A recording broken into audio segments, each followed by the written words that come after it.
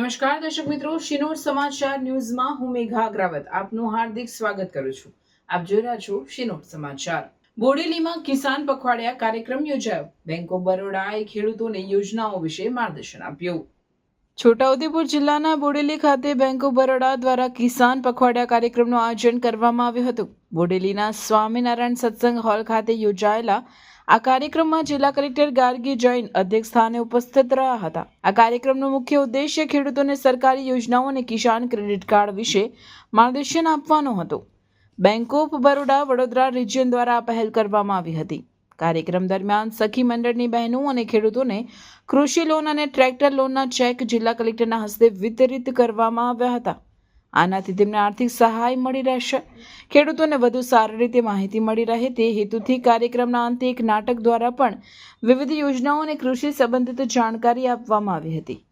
Reporter Virendrasinh Desai, Sinor સમાચાર news, Bodeli, Chhota Udepur.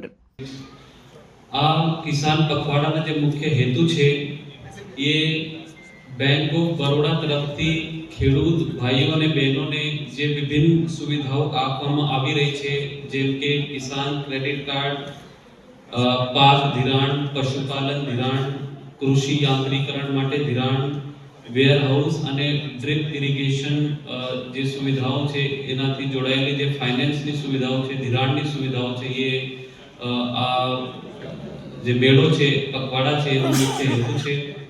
સાથે સાથે જે ખેડૂત પખવાડા ચાલે છે 2017 થી ચાલે છે અને શા માટે ચાલે છે આ બધી વિગતો સચિનને વાત કરી છે. એના સિવાય હું ફક્ત એક વાત કહેવા માંગુ છું. સરકારની બહુ મોટી એક સ્કીમ PMFME ચાલે છે. અત્યારે જે ઝોનલ હેડ છે એમના સાથે પણ વાત થઈ છે કે આપણા જિલ્લામાં PMFME ના બહુ ઓછા લાભાર્થીઓ અત્યારે એક્ઝિસ્ટ કરે છે. नया माहौल हम क्रिएट कर पाएंगे.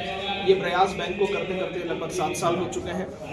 7 सालों से ये प्रयास बैंक का जारी है और इस तरह के प्रयासों के लिए मैं सभी लोग जो इसमें शामिल होते हैं उनको बहुत बहुत बधाई देता हूँ. डिस्ट्रिक्ट मैडम अभी यहाँ से गई, डिस्ट्रिक्ट कलेक्टर मैडम यहाँ से अभी गई हैं, उनका भी बहुत बहुत आभार कि उनके इस तरह के आगमन से इस प्रोग्राम का एक नया बनता है. Thank you.